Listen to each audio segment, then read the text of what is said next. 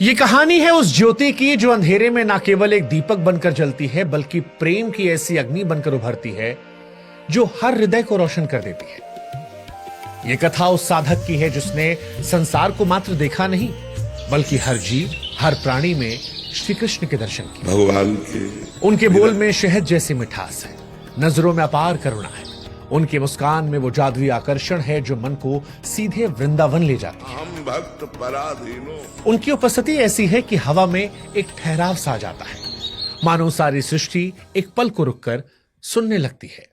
उनके पास बैठकर दुखी का दुख मिट जाता है, अहंकारी का अहंकार झुक जाता है, खोजी आत्मा को अपने सवालों का जवाब मिल जाता है। उनके पास कोई बाहरी चमत्कार नहीं है, फिर भी उनके पास वो सब कुछ है जो मानव जीवन को सार्थक बनाता है।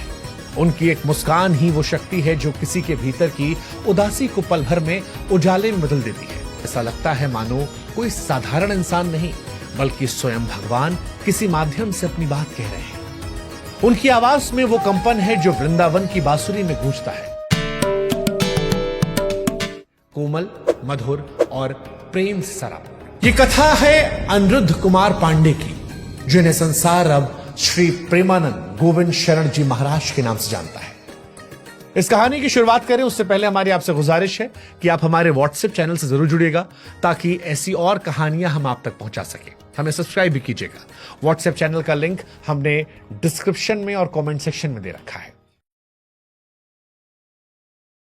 अब शुरू करते हैं प्रेमानंद महाराज जी की कहानी शुरू से। श्री प्रेमानंद महाराज जी का जन्म साल 1969 में उत्तर प्रदेश के कानपुर जिले के सरसौल ब्लॉक में हुआ था। हालांकि जन्म की तारीख को लेकर कुछ संशय बरकरार है।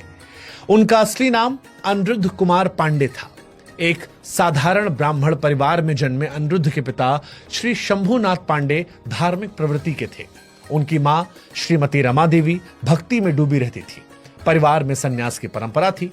उनके दादाजी भी सन्यासी थे। शायद यही वजह थी कि अनिरुद्ध के मन में बचपन से ही भगवान के प्रति गहरी आस्था जागने लगी।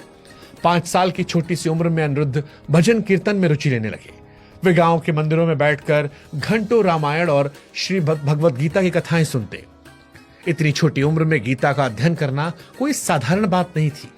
परिवार वाले इस नन्हे बच्चे की आध्यात्मिक रुचि को देखकर हैरान थे। अनिरुद्ध अक्सर सत्संग में बैठकर सोचते कि जब घर के लोग एक दिन चले जाएंगे तो मेरा इस दुनिया में कौन होगा। उनके मन में एक जवाब आता कि मेरे तो सिर्फ भगवान है, और यह विचार उनके जीवन का आधार बन गया। अनिरुद्ध का मन संसार से अलग था। जहां बच्चे खेलकूद में मस्त रहते, वहां अनिरुद्ध मंदिर की सीढ़ियों पर बैठकर भगवान के बारे में सोचते। उनकी मां बताती थी कि वो रात को चुपके से उठकर मंदिर की मूर्तियों से बातें करते, मानो जैसे भगवान उनके सखा हो। गांव वाले भी कहने लगे कि ये कोई साधारण बालक नहीं है, इसके मन में कुछ और चल रहा है। मात्र 13 वर्ष की आयु में अनिरुद्ध का मन संसार से विरक्त हो चुका था। 9वीं कक्षा उत्तीर्ण करने के बाद स्कूली किताबों से अधिक उन्हें गीता और रामायण के उपदेश आकर्षित करने लगे थे। उनके हृदय में एक ही भाव था, भगवान ही सब कुछ है। एक दिन उन्होंने अपनी मां से कहा, अम्मा, मेरा मन कहता है कि मैं घर छोड़कर भगवान की खोज में निकल जाऊं। मां ने हंसकर बात टालने की कोशिश की।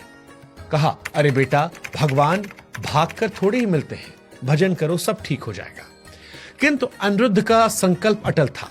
उन्होंने दृढ़ता से कहा, नहीं अम्मा, मैं सन्यासी बनना चाहता हूं। मां को लगा कि यह सत्संग का क्षणिक प्रभाव है जो शीघ्र ही मिट जाएगा, पर अनिरुद्ध के मन में तो प्रभु प्राप्ति की अग्नि प्रज्वलित हो चुकी थी।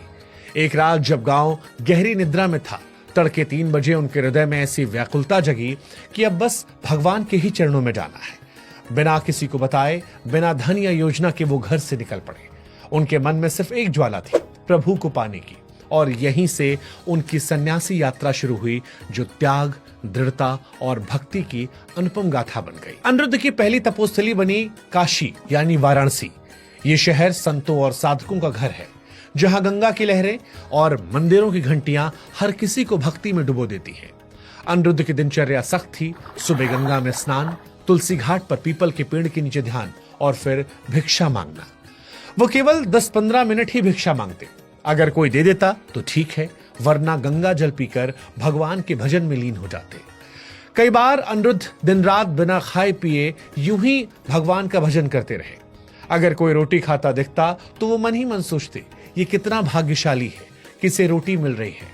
इन कठिनाइयों में भी उनके मन में कोई शिकायत नहीं थी। वो कहते कि जब भगवान मेरे साथ हैं तो भूख प्यास क्या मायने रखती है। उनका एकांतवासी स्वभाव उन्हें भीड़ से दूर रखता। घंटों ध्यान में बैठे रहते और उनके चेहरे पर एक अजीब सी शांति रहती। लेकिन नियति ने मानो उनके लिए कुछ और ही लिख रखा था। एक दिन ध्यान में बैठे थे, तभी उनके मन में विचार आया, वृंदावन सुना तो बहुत है, पर वहां मैं गया नहीं, कैसा होगा वृंदावन। ये विचार उनके लिए भगवान की प्रेरणा था और बस उसी क्षण उन्होंने तय कर लिया कि अब वृंदावन जाना है। वाराणसी में एक रोज तुलसी घाट पर जब वो बैठे थे, तभी एक संत उनके पास आए और बोले, काशी में एक धार्मिक अनुष्ठान हो रहा है। दिन में श्री चैतन्य लीला और रात में रासलीला का आयोजन है। आओ चलो दर्शन करके आते हैं। अनिरुद्ध को रामलीला का तो अनुभव था, पर रासलीला क्या होती है कोई जानकारी नहीं थी। उनका स्वभाव एकांतवासी था, इसलिए मना कर दिया। लेकिन वो संत बार बार आग्रह करने लगे। आखिरकार अनिरुद्ध उनके साथ चले गए। जब उन्होंने रासलीला देखी तो उनका मन आनंद से भर गया। राधा कृष्ण की प्रेम में कीड़ा, बांसुरी की धुन और भक्तों का उत्साह, ये सब उनके लिए नया था। 1 महीने तक वो हर दिन रासलीला देखते रहे। जब लीला समाप्त हुई और कलाकार वृंदावन को लौटने लगे, तब अनिरुद्ध के मन में हाहाकार मच गया। सोचने लगे, अब मैं क्या करूं? अगर वृंदावन चला जाऊं तो रोज ऐसी लीला देखने को मिलेगी। वो लीला के संचालक के पास गए और बोले, स्वामी जी, मैं बहुत गरीब हूं, मेरे पास पैसे नहीं है, आप मुझे अपने साथ रख लीजिए, मैं आपकी सेवा करूंगा। संचालक हंसते हुए कहे, बाबा ये संभव नहीं है, लेकिन तुम एक बार वृंदावन जरूर जाना, बिहारी जी तुम्हें नहीं छोड़ेंगे। मानो ये वाक्य अनिरुद्ध के लिए गुरु मंत्र सा बन गया था। इसके बाद अनिरुद्ध वृंदावन चले आए। वहां पर जीवन पूरी तरह से बदल गया। यहाँ उनकी मुलाकात राधा वल्लभ संप्रदाय से हुई, जो श्री राधा को सर्वोच्च मानता है। प्रेम भक्ति को जीवन का आधार बनाता है।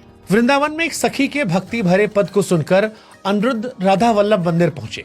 वहां श्री मोहित गोस्वामी जी ने उन्हें शरणागति मंत्र का दीक्षा दी। इस मंत्र ने उनके मन को राधा कृष्ण के चरणों में समर्पित कर दिया। यह दीक्षा उनके जीवन का पहला बड़ा मोड़ थी। एक साधारण बालक जो अब तक भगवान की खोज में भटक रहा था, अब एक औपचारिक आध्यात्मिक मार्ग पर चल पड़ा था। मोहित गोस्वामी जी ने ही अनिरुद्ध को अपने गुरु श्री गौरांगी शरण जी महाराज, जिन्हें बड़े गुरु जी कहते हैं, उनसे मिलवाया। बड़े गुरु जी राधा वल्लभ संप्रदाय के प्रमुख संत थे, जो सहचारी भाव से भक्ति करते थे। सहचारी भाव में भक्त स्वयं को राधा रानी की सखी मानकर राधा कृष्ण की सेवा करता है। ये भक्ति का सबसे गहरा और प्रेममय रूप है। बड़े गुरु जी ने अनिरुद्ध को निज मंत्र देकर सहचारी भाव से दीक्षा दी। ये मंत्र उनके हृदय में राधा कृष्ण के प्रेम रस को स्थायी रूप से स्थापित कर गया। वे कहते हैं कि इस मंत्र ने मेरे मन को राधा रानी के चरणों में बांध दिया। अब संसार में कुछ और नहीं, सिर्फ उनका प्रेम है। इस दीक्षा ने अनिरुद्ध को एक रसिक संत की ओर अग्रसर कर दिया। दीक्षा के बाद अनिरुद्ध ने बड़े गुरुजी की 10 साल तक निष्ठा की। ये कोई साधारण कार्य नहीं था, ये उनकी तपस्या और भक्ति की पराकाष्ठा का साक्षात प्रमाण था। वो गुरुजी के लिए सारे काम करते थे, भोजन की व्यवस्था करते, कुटिया की सफाई करते, देखभाल करते, सत्संग की तैयारियां करते, यहाँ तक कि गुरुजी के कपड़े भी धोते थे। वे कहते कि गुरुजी की सेवा में इतना आनंद था कि समय का पता ही नहीं चलता। उनकी एक मुस्कान मेरी सारी थकान को मिटा देती। इस सेवा ने उन्हें विनम्रता, धैर्य और पूर्ण समर्पण का पाठ पढ़ाया। बड़े गुरुजी उनकी भक्ति को देखकर कहते, तुम्हारा हृदय राधा रानी का सच्चा सखा है। इन 10 वर्षों में अनिरुद्ध ने वृंदावन की निवृत्त निकुंज उपासना को गहराई समझा। उनकी वाणी में एक नई मिठास आई, जो सुनने वाले को प्रेम के रस में डुबो देती, और यहीं से अनिरुद्ध श्री प्रेमानंद गोविंद शरण जी महाराज बन गए। गुरु दीक्षा और सेवा ने अनिरुद्ध को एक रसिक संत बनाया। रसिक संत वो होता है जो भक्ति को केवल नियमों तक सीमित नहीं रखता, बल्कि उसे प्रेम और भाव के रूप में जीता है। प्रेमानंद जी के सत्संग में गीता, भागवत और राधा वल्लभ संप्रदाय के ग्रंथों की व्याख्या ऐसी होती थी कि विद्वान मंत्रमुग्ध हो जाते और साधारण भक्त प्रेम में डूब जाते। उनकी वाणी में बांसुरी की मधुरता थी, जो हर हृदय को वृंदावन की गलियों में ले जाती। वो कहते कि भक्ति का मतलब है प्रेम में डूब जाना। राधा कृष्ण का प्रेम एक सागर है और हम उसमें तिनके की तरह बहते हैं। उनकी ये सोच और वाणी ने उन्हें असाधारण बना दिया। एक साधारण बालक जो कभी गांव के मंदिर में भजन गा रहा था, अब लाखों लोगों के लिए प्रेरणा का स्रोत बन गया। फिर साल 2016 में प्रेमानंद जी ने वृंदावन में श्री हित राधा केली कुंज ट्रस्ट की स्थापना की। इस ट्रस्ट का उद्देश्य था संतों, साधकों और जरूरतमंदों की सेवा करना और राधा कृष्ण भक्ति का प्रचार करना। इस ट्रस्ट ने कई शानदार कार्य किए, जैसे अन्न क्षेत्र में रोजाना सैकड़ों लोगों को मुफ्त में भोजन करवाना, चिकित्सा सेवा में गरीब साधकों के लिए मुफ्त स्वास्थ्य जांच और दवाएं मुहैया कराना, शिक्षा और सत्संग के क्षेत्र में भक्ति साहित्य का वितरण करना और नियमित सत्संग करना, आश्रम में रमण रीति पर आश्रम जहां भक्त ठहर सकते थे। प्रेमानंद जी कहते हैं कि सेवा ही सच्ची भक्ति है। किसी भूखे को भोजन देना राधा रानी की सच्ची सेवा है। ट्रस्ट ने वृंदावन में भक्ति और सेवा का एक नया स्वरूप स्थापित किया। आज ये ट्रस्ट लाखों लोगों के लिए प्रेरणा का केंद्र है। 2020 के बाद प्रेमानंद जी की प्रसिद्धि बड़ी तेज फैली। उनके सत्संग के वीडियो सोशल मीडिया पर जबरदस्त वायरल होने लगे। उनकी सादगी और प्रेम भरी वाणी ने हर वर्ग को आकर्षित किया। कई मशहूर हस्तियां उनके दर्शन के लिए वृंदावन पहुंचने लगी। विराट कोहली और अनुष्का शर्मा भी साल 2022 में उनके सत्संग में शामिल हुए। विराट ने कहा कि महाराज की वाणी से मन को अनोखी शांति मिलती है। ग्रेट खली भी उनकी सादगी की प्रशंसा कर रहे थे। हेमा मालिनी वृंदावन की परिक्रमा में उनके साथ शामिल हुई। आरएसएस प्रमुख मोहन भागवत भी उनकी समावेशी भक्ति की सराहना करते नजर आए, और ऐसे कई और जो हर रोज उनके दर्शन करने को आते हैं। इनके दर्शन ने उनकी ख्याति को विश्व स्तर पर पहुंचा दिया। उनके सत्संग को विदेशों में भी लोग देखने लगे। वो कहते कि हर जीव में राधा रानी का अंश है, भेद करना पाप है। उनकी ये समावेशी सोच ने भक्ति को आधुनिक युग में प्रासंगिक बना दिया। हालांकि 35 साल की आयु में ही प्रेमानंद जी को एक गंभीर रोग का सामना करना पड़ा था। उनकी किडनी खराब हो गई थी। इसका जिक्र हम इसलिए कर रहे हैं क्योंकि प्रेमानंद जी की तबीयत आजकल खराब चल रही है। प्रेमानंद जी के समर्थक, प्रेमानंद जी के चाहने वाले उन्हें अक्सर किडनी दान देने की बात करते हैं। लेकिन किडनी की कहानी 35 साल की आयु में शुरू हुई थी, जब पॉलिस्टिक किडनी डिसीज से उनका सामना हुआ था। डॉक्टरों ने उनकी स्थिति को देखकर उस दौर में कहा था कि उनके पास अधिकतम 4 से 5 वर्ष का समय शेष है। यह खबर किसी भी सामान्य व्यक्ति को तोड़ सकती थी, लेकिन प्रेमानंद जी का हृदय भक्ति की अग्नि से प्रज्वलित था, जो किसी भी विपत्ति को भस्म करने में सक्षम थी। उन्होंने बीमारी को कभी अपने मन पर हावी नहीं होने दिया। उनकी आंखों में राधा रानी के चरणों का ध्यान था और उनके होठों पर सदा भगवान का नाम था। वो दृढ़ता से कहते कि मैंने अपनी बीमारी को अपने मन का मालिक नहीं बनने दिया। मेरा मन तो राधा रानी के चरणों में समर्पित है। प्रेमानंद जी की भक्ति और उनके प्रभु के प्रति अटूट विश्वास ने न केवल उनके जीवन को बल दिया, बल्कि उन भक्तों के लिए भी प्रेरणा का स्रोत बने। जब भक्तों को उनके रोग का पता चला तो कई भक्तों ने आगे आकर अपनी किडनी को दान करने की पेशकश की। लेकिन प्रेमानंद जी महाराज का हृदय करुणा और त्याग से भरा था। उन्होंने विनम्रता से मना करते हुए कहा कि मैं किसी को कष्ट देकर सुख नहीं ले सकता। भगवान की इच्छा ही मेरे लिए सर्वस्व है। उनकी निस्वार्थ भावना उनके आध्यात्मिक बल को और अधिक उजागर करती है। आज भी उनके शरीर में असीम दर्द बना रहता है। रोग ने उनके शरीर को कमजोर करने की हर संभव कोशिश की है, पर उनके चेहरे की मुस्कान और हृदय की शांति को वो छू तक नहीं पाया, और उनकी दैनिक दिनचर्या इसका जीवंत उदाहरण है। प्रेमानंद जी प्रतिदिन सत्संग आयोजित करते हैं, जहां सैकड़ों भक्त उनकी वाणी में भक्ति का रसपान करते हैं।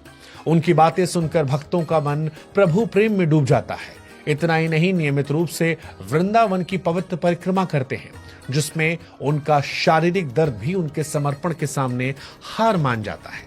प्रेमानंद जी का जीवन एक जीवन संदेश है। सच्चा समर्पण और भक्ति का दुख हर कठिनाई को पार कर सकती है। उनकी यात्रा हमें सिखाती है कि जब भगवान के चरणों में आप अर्पित हो तो कोई भी शारीरिक या सांसारिक पीड़ा उसका कुछ नहीं बिगाड़ सकती।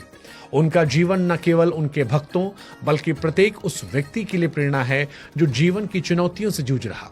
प्रेमानंद जी का कहना है कि जब राधा रानी का आशीर्वाद है तो बीमारी क्या, मृत्यु भी मेरे प्रभु प्रेम को छू नहीं सकती।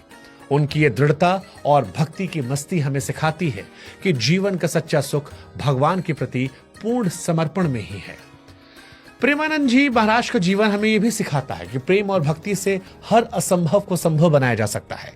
उनका बचपन भक्ति की बीज था। सन्यास की राह ने उन्हें तपाया, वृंदावन ने उन्हें प्रेम का सागर बनाया, गुरु दीक्षा ने उन्हें रसिक संत बनाया, ट्रस्ट ने भक्ति को सेवा से जोड़ा, सेलिब्रिटी दर्शनों ने उनकी वाणी को विश्व पटल तक पहुंचाया और बीमारी पर जीत ने समर्पण की ताकत दिखाई। प्रेमानंद जी कहते हैं कि जीवन का एकमात्र उद्देश्य प्रेम करना और प्रभु के चरणों में समर्पित होना है। राधा रानी की शरण लो, सब ठीक हो जाएगा। उनकी ये बात हर उस व्यक्ति के लिए है जो जीवन में दुख या निराशा महसूस करता है। उनका जीवन एक प्रेरणा है कि जब आप भगवान पर भरोसा करते हैं तो कोई भी कठिनाई आपको नहीं हरा सकती। हम ईश्वर से प्रार्थना करते हैं कि प्रेमानंद महाराज जी को लंबी आयु दे, ताकि हम सब उनसे ज्ञान ले सके, हम सब उनको सुन सके और वो इस कलयुग में संसार को और बहुत सारी अच्छाइयों से रूबरू करा सके, लोगों को बेहतर बना सके। इसी उम्मीद के साथ